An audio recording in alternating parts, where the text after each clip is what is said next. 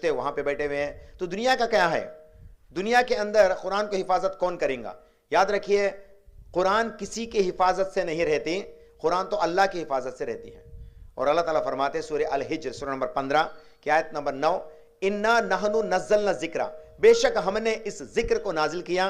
कुरान को फरमाते अल्लाह सुब्हानहू व तआला, बेशक हमने इस जिक्र को नाजिल किया, व इन्ना लहू लहाफिज़ून, और हम ही इस जिक्र को हिफाजत करेंगे। अल्लाह फरमाते हैं हम ही इसकी हिफाजत करेंगे, कोई दूजा इसकी हिफाजत करने वाला नहीं है। यह तो सिर्फ अल्लाह है जो इस कुरान की हिफाजत करता है। इसीलिए तारीख लिखने वालों ने, द हिस्टोरियंस कहते हैं कुरान को जो है हिफाजत आज तक, अगर 1450 साल की भी बात हम लेते हैं, तो कुरान को आज तक किसी इंसान के जरिए से हिफाजत नहीं किया गया, और ना ही अगरचे इसके अंदर इंसानों की कोई ऊंच नीच हो जाती तो कुरान वाकई बदलता होता। लेकिन हिस्टोरियंस लिखते हैं, ये लिखते हैं कि कुरान में कोई तब्दीली नहीं आई जहां तक इनकी रिसर्च है। पुराना किताब जो उठाएंगे आप, कई सालों का, अभी कभी कभी हम सोशल मीडिया पे देखते 500 साल पुरानी किताब, 1000 साल पुरानी किताब हम उठाते थे।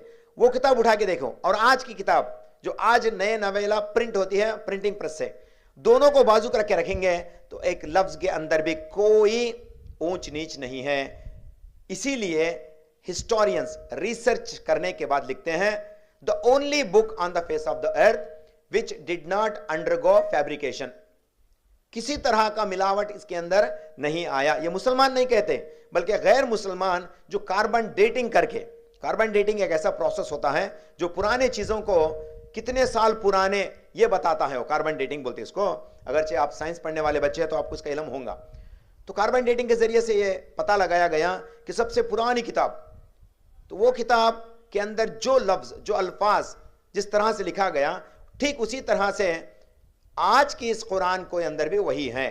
तो इस हिफाजत किसने किया? अगरचे इंसान हिफाजत करते हैं तो हाल बाइबल का जैसा हो जाता। बाइबल के अंदर देखेंगे आप, कई सारी किताबें अलग अलग तरीके के रहते हैं, लेकिन कुरान एक ऐसी वाहिद किताब है जिसके अंदर कोई तफसीली बात, कोई छेड़खानी नहीं हुई।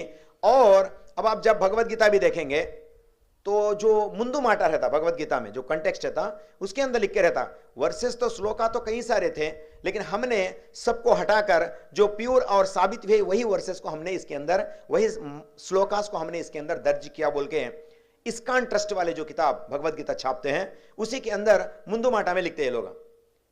शायद अब नए नए प्रिंट होते इस किताबों में से वो बात भी हटा दिए होंगे, लेकिन पुरानी अगरचे आपके पास भगवत गीता है मेरे पास